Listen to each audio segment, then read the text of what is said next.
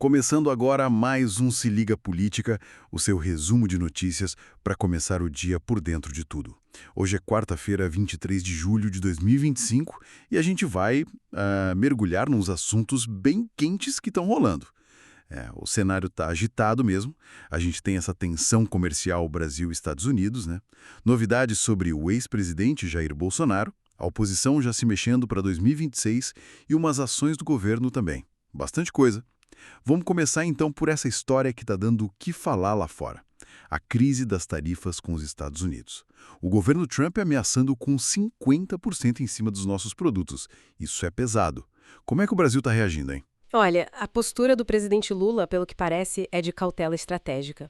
Ele está buscando, assim, apoio internacional, sabe? Conversou com líderes da Espanha, Chile, Uruguai, Colômbia, tentando montar uma frente contra o que ele chamou de extremismo. Uma frente contra extremismo? Interessante. E ele até disse que essa guerra tarifária, na verdade, só começa mesmo se o Brasil decidir responder à mesma moeda. E os americanos? Falam alguma coisa ou ficam quietos? Então, a Casa Branca está mantendo um silêncio diplomático, o que é curioso, né? Porque isso pode até, de certa forma, fortalecer a narrativa do Lula aqui dentro. Como assim? Dá a impressão que a medida é meio unilateral, né? Sem muito diálogo. E essa percepção ganha força com falas como a do ministro Fernando Haddad. Ele criticou a falta de, digamos, racionalidade econômica das tarifas e ligou tudo a forças extremistas internas. Basicamente, jogou a culpa na oposição. Entendi. Então, a crise externa vira arma política aqui dentro. E na economia? O que está sendo feito para, sei lá, amortecer o impacto? Bom, o vice-presidente Geraldo Alckmin está nessa linha de frente, conversando com os setores produtivos, tentando acalmar um pouco os ânimos. Mas assim, o governo já deu sinais de que pode usar a lei da reciprocidade lá para agosto. Aquela que permite retaliar, né? A lei da retaliação. Isso. A preocupação econômica é real. A Associação Brasileira dos Produtores e Exportadores de Frutas e Derivados, a Abrafrutas, por exemplo, já está falando em risco de desemprego, perda de safra. A coisa está tão tensa que o ministro Alexandre de Moraes, lá do Supremo, pediu até investigação sobre umas negociações meio suspeitas de dólares que rolaram bem no dia do anúncio das tarifas. E por falar do ministro Moraes, a situação do ex-presidente Jair Bolsonaro também teve novidades importantes e vieram dele, né? Exato, vieram dele. O ministro decidiu apertar mais as medidas contra o Bolsonaro. Agora é obrigatório o uso de tornozeleira eletrônica e ele está proibido de usar redes sociais ou fazer qualquer tipo de transmissão ao vivo. Tornozeleira e sem redes sociais. É um aperto grande. Com certeza. E o aviso foi claro: se descumprir, é prisão imediata. E qual foi a reação do Bolsonaro? Olha, ele tornou a coisa pública, né? Mostrou a tornozeleira e disse que era a máxima humilhação. A defesa dele, claro, nega que ele tenha violado qualquer regra antes. Mas é interessante notar que não foi uma decisão unânime no Supremo, sabe? O ministro Luiz Fux discordou. Ele apontou o que considera erros jurídicos nessas novas restrições. Isso, assim, adiciona mais tempero na discussão. Sempre tem essas divergências no Supremo, né? Sempre. E, além disso, as investigações sobre o 8 de janeiro continuam a todo vapor.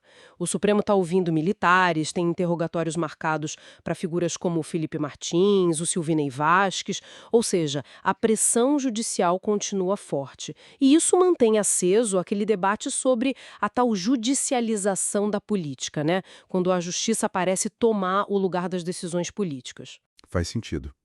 E com o ex-presidente inelegível, e agora com essas restrições todas, como é que fica o cenário da direita? Imagino que estejam pensando em 2026, né? Como se reorganizam? Sem dúvida. A direita está tendo que se reconfigurar. A Michelle Bolsonaro, por exemplo, está ganhando muito destaque, né? Virou meio que a principal porta-voz desse grupo. E ela tem recebido apoio claro de aliados como a senadora Damares Alves. A Michelle ganhando força. Sim. E, ao mesmo tempo, o governador de Minas, Romeu Zema, lançou a pré-candidatura dele à presidência. E o interessante é que ele recebeu o apoio do próprio Bolsonaro.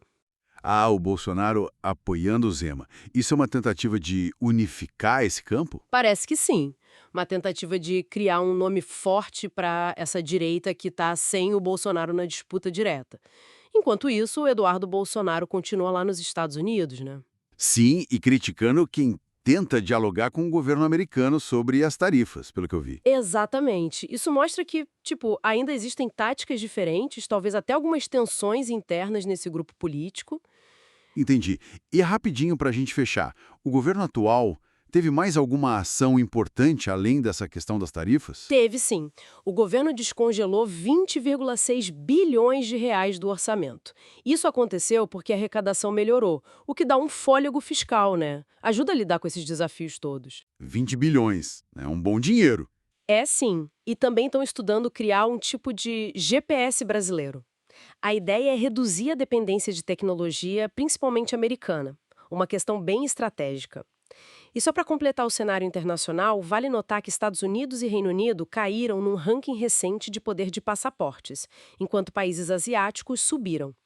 E comentários como o do presidente colombiano, Gustavo Petro, O que ele disse? ele chamou o Bolsonaro de fascista e apoiou a justiça brasileira. Isso mostra como o que acontece aqui dentro ainda repercute muito lá fora. Ufa, quanta coisa mesmo. Fica muito claro como a política externa e a interna estão totalmente ligadas, né?